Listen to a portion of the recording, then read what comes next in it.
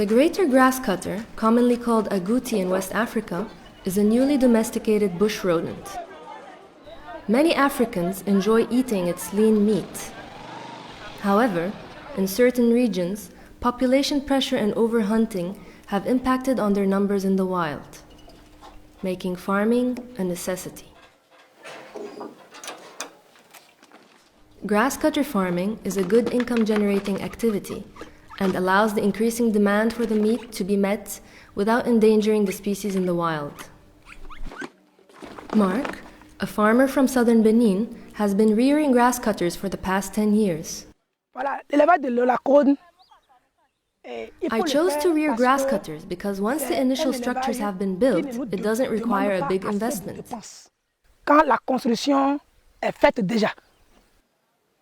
For successful rearing, you have to provide a proper habitat, monitor the animals carefully, and provide a balanced diet.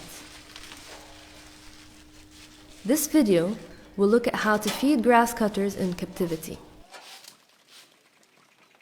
A grasscutter's diet is primarily fodder-based. They eat various types of fodder, including perennial grasses such as panicum and penicitum, which can be harvested in the wild or cultivated. Palm leaves, as well as the stems of cereals and groundnut plants, can also be given. We use panicum.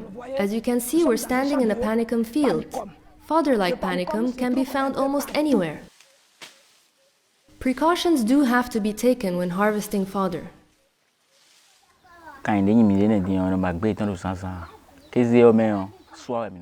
If possible, we avoid harvesting in the morning, but wait until the afternoon. That's because the morning dew carries parasites. Once the sun has risen, the dew has dried and the parasites are gone. Towards 3 p.m., we can then go and harvest the fodder.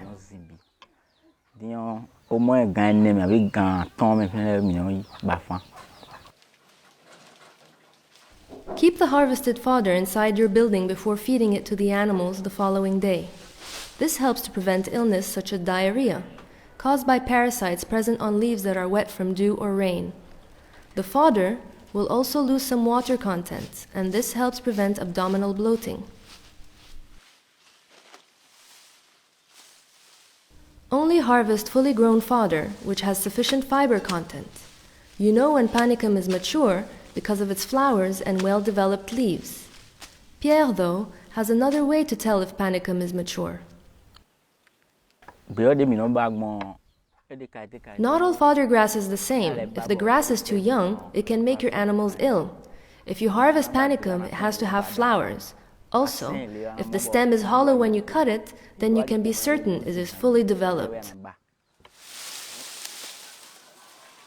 Penicitum, on the other hand, is ready to be used as fodder when you can see the stem.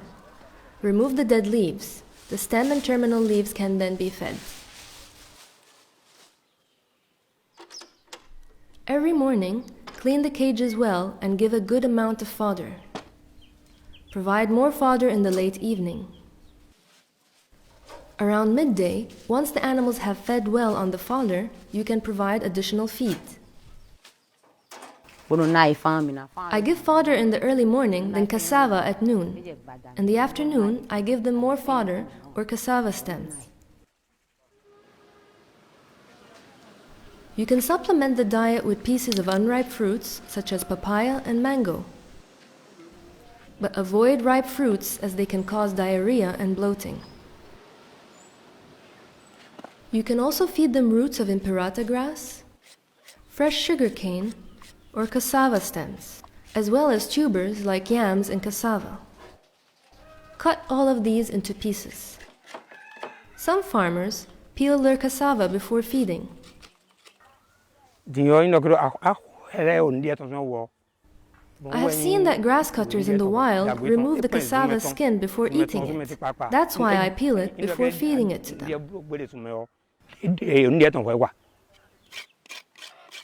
Be careful when feeding your animals cassava, as bitter varieties are poisonous.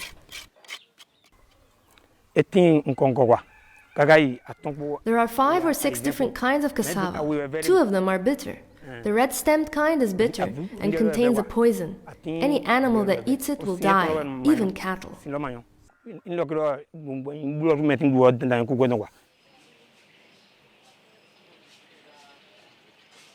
If your breeding individuals get too fat, they will not reproduce well. So don't feed them too many tubers.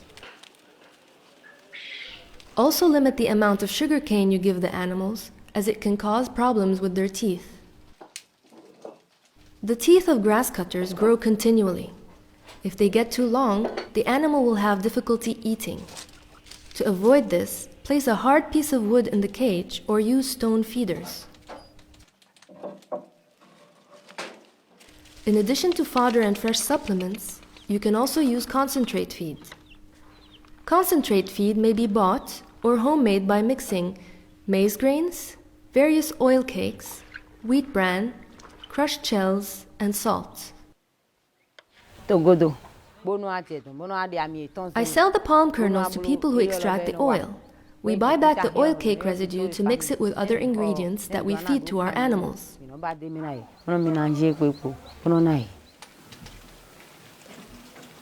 Grasscutters provided with concentrate feed give birth to stronger young, have better growth, and are healthier. Mix the concentrate feed with pieces of tubers and unripe fruits and some water, as it is easier for the animals to eat. If concentrate feed is given as flour, it can lead to respiratory problems. Finally, as with any animal, make sure your grasscutters have plenty of water available. This video has shown us that grasscutter farming can provide a good income. To ensure proper growth of your animals, give them fodder every morning and night. Harvest the fodder on the previous day.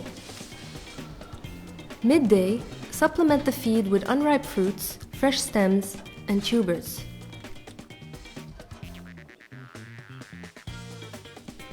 Avoid feeding them young fodder shoots or too much sugarcane, and never give them bitter cassava because it is poisonous. To increase production, mix concentrate feed and other supplements with some water. By following all these guidelines, you will have healthy, productive animals as well as a good business.